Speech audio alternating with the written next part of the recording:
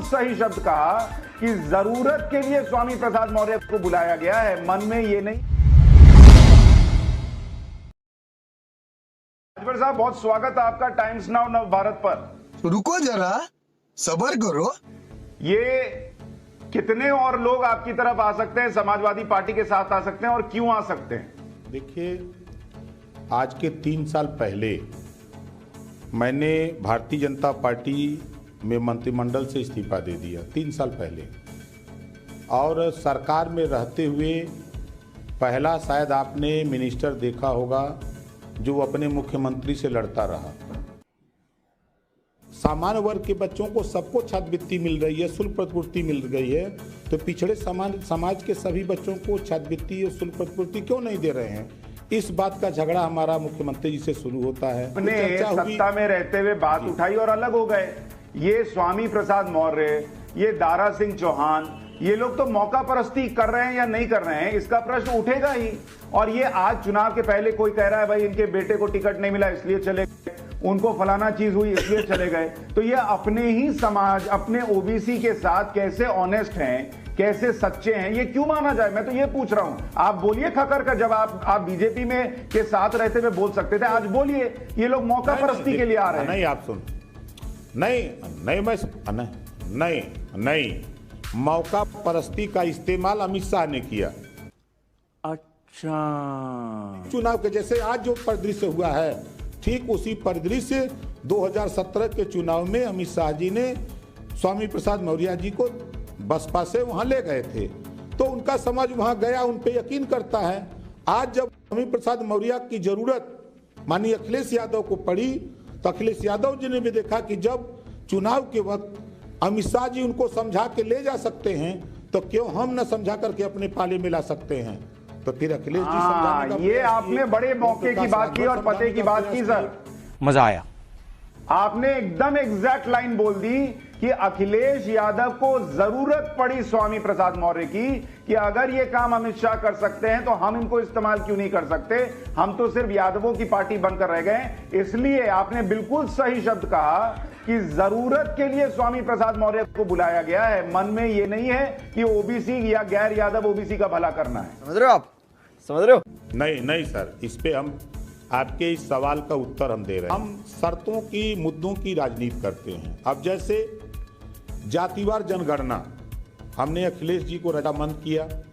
जातिवार जनगणना में तो खाली यादव की ही गिनती होगी नहीं, उत्तर प्रदेश में जितनी जातियां हैं सबकी जातिवार जनगणना होगी। सर क्या सर बीजेपी की जो योजनाएं थी, मोदी जी जो जमीन पर उतरी सर, बीजेपी की योजनाएं, क्या बीजेपी के जमाने में गैर यादव ओबीसी को बिजली नहीं मिली?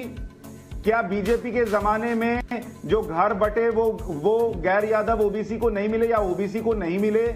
मैं कैबिनेट मंत्रियों की बात कर, सबसे ज्यादा नरेंद्र मोदी सरकार में है, गैर यादव ओबीसी हैं। यूपी सरकार में कैबिनेट में जगह दी गई। क्या किसानों का भुगतान हुआ तो किसानों को देखकर दिया गया कि कौन ओबीसी है और कौन ठाकुर है और कौन ब्राह्मण है? ऐसा हुआ क्या? गाजीपुर में 26 थाने हैं, 2 बैकवर्ड हैं, क्या ये जातिवाद नहीं है?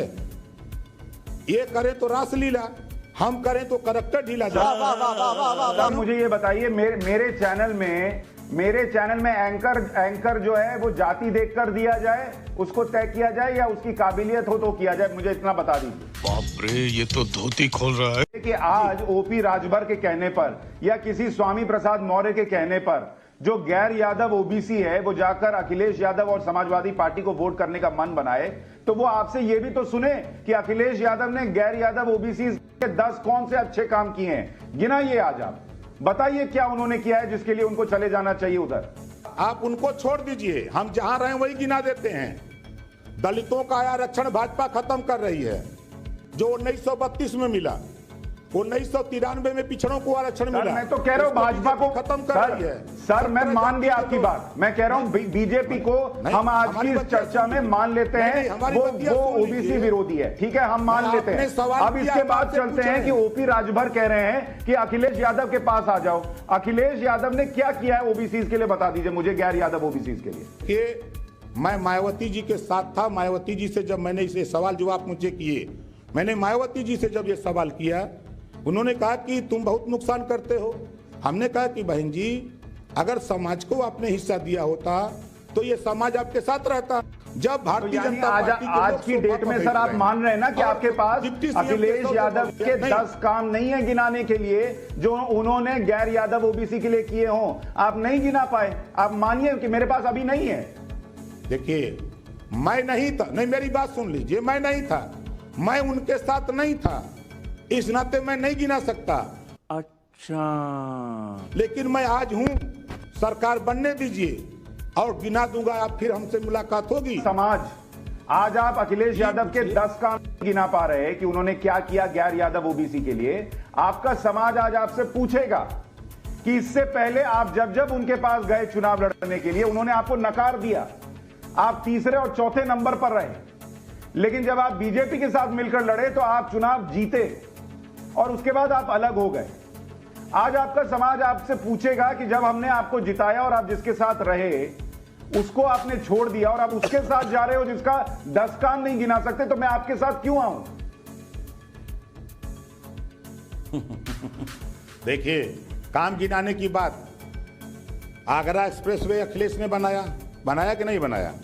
आप हम जहां बैठे हैं लखनऊ विधानसभा के गैर सामने यादव लोक ओबीसी भवन के लिए बनाया कि अखिलेश सबके लिए ने बनाया?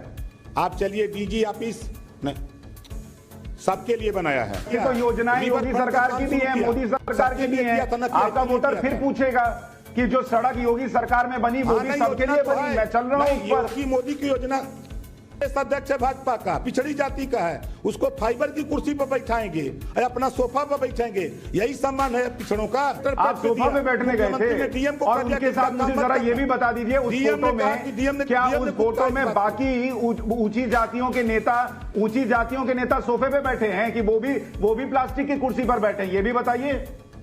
जनता को आप मूर्ख समझना बंद कर दीजिए। आप सभी का इस वीडियो पर क्या राय है मुझे कमेंट सेक्शन में जरूर